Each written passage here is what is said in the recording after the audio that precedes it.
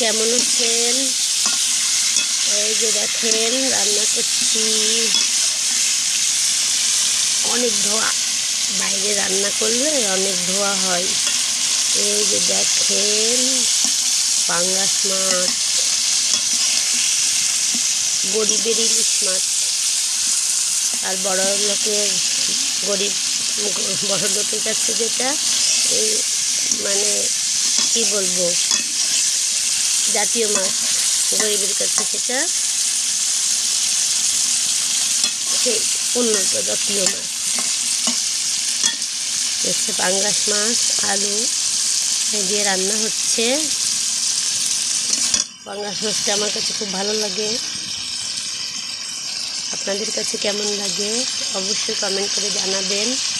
আর ভিডিওটি ভালো লাগলে অবশ্যই লাইক সাবস্ক্রাইব করে দেবেন, শেয়ার করে দেবেন।